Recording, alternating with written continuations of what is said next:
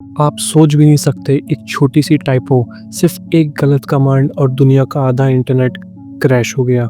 ये कहानी है 2017 की, जब अमेज़न वेब सर्विसेज यानी एडब्ल्यूएस का एक इंजीनियर रात के 2:30 बजे एक रूटीन मेंटेनेंस कर रहा था।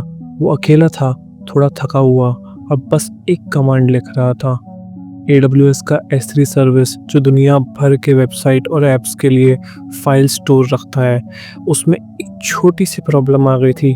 इशू फिक्स करने के लिए इंजीनियर को कुछ सर्वर्स को रीस्टार्ट करना था। इसी प्रोसेस में उसने लिखी एक कमांड, बट गलती हो गई।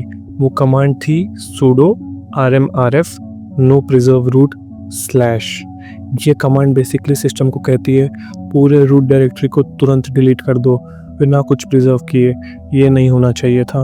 इंजीनियर सिर्फ एक स्पेसिफिक फोल्डर को डिलीट करना चाहता था, लेकिन गलती से उसने लास्ट में एक स्लैश ऐड कर दिया जो पूरे सिस्टम का रूट होता है। उसी मोमेंट्स पे सर्वर्स एक एक करके बंद होने लगे।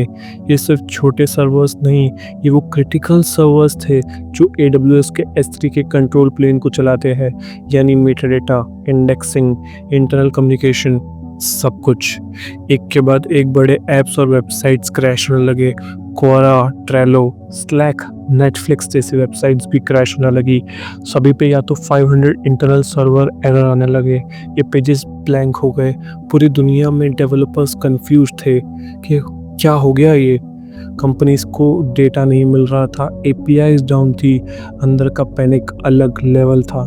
एस्टिमेट्स कहते हैं कि उस टाइम कुछ नुकसान का अगर एस्टिमेट निकाला जाए तो $150 मिलियन का नुकसान पहुंचाया था इस इंसिडेंट ने। और इंसिडेंट के बाद जब AWS ने रूट कॉज को एनालाइज किया तो पता चला एक गलत कमांड, और उसमें भी एक छोटी सी गलती, लास्ट में एक स्लैश ऐड हो गया था।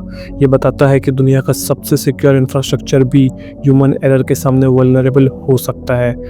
तो इससे हमें क्या लेसन मिला? भले ही आप एक बिगनर इंजीनियर हो या सीनियर इंजीनियर, अगर आप एक लाइन कमांड लिख रहे हो तो हर कैरेक्टर इंपॉर्टेंट है। एक गलती, सिर्फ एक स्लैश और पूरा इंटरनेट हिल गया।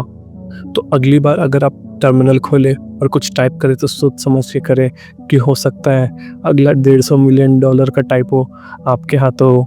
और अगर आपको ऐसी एंगेजिंग टेक कहानियाँ पसंद आई तो लाइक, शेयर और सब्सक्राइब ज़रूर करें।